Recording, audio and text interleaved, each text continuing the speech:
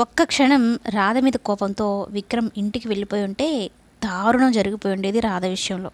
ఆ దమయంతి కోరుకున్నట్టుగానే రాధ ప్రాణాలు గాల్లో కలిసిపోయి ఉండేవి. కానీ మనసు మార్చుకొని వెనక్కి తిరిగి రావడం వల్ల రాధనైతే కాపాడుకోవడం జరుగుతుంది. ఆ విషయం తెలుసుకున్న దమయంతికి గుండె పగిలే షాక్ అయిపోతుంది. మామూలుగా అయితే అనుకున్న ప్లాన్ ప్రకారం మొత్తం జరుగుతూ ఉంది. ఆ ముగ్గురు రౌడీలు కలిసి రాధను చంపేస్తారని అయితే అనుకుంటూ ఉంటుంది, ఎదురు చూస్తూ ఉంటుంది 1000 కళ్ళతో.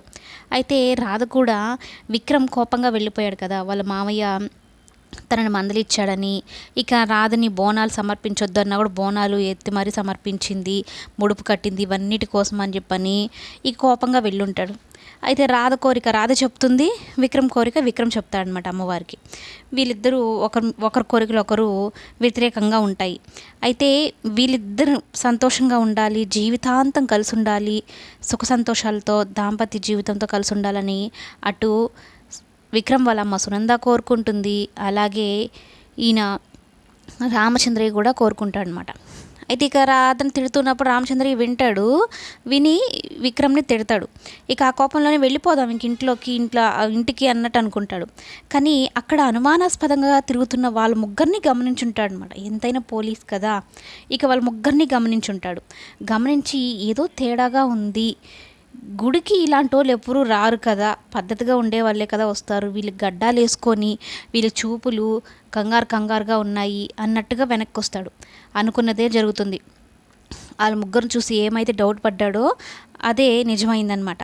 రాధని చుట్టుముట్టేస్తారు. రాధని చుట్టుముట్టేసి ఇక రాధని కత్తితో పొడవబోతూ ఉంటారు అనమాట. అటు ఎవరికి దొరికితే వాళ్ళు అన్నట్టుగా. ఇక గుడిలో ఉండే భక్తులు కూడా చూసి భయపడిపోతారు. ఇక వెనక్కి తిరిగి వస్తున్న విక్రమ్కి అక్కడున్న భక్తులు చెప్తారు, ఎవరో ఒక అమ్మాయిని 3 వ్యక్తులు హత్య చేయబోతున్నారు గుడిలో, అమ్మాయి బెదిరిపోతూ ఉంది, అమ్మాయిని కాపాడే పరిస్థితి కూడా లేదు అని చెప్పగానే ఇక విక్రమ్ పరుగున వస్తాడనమాట. దమయంతి ఏంటి ఎదురు 1000 కళ్ళతో చూస్తూ ఉంటుంది అనమాట. పొడి చేయండి అన్నట్టు చూస్తూ ఉంటుంది.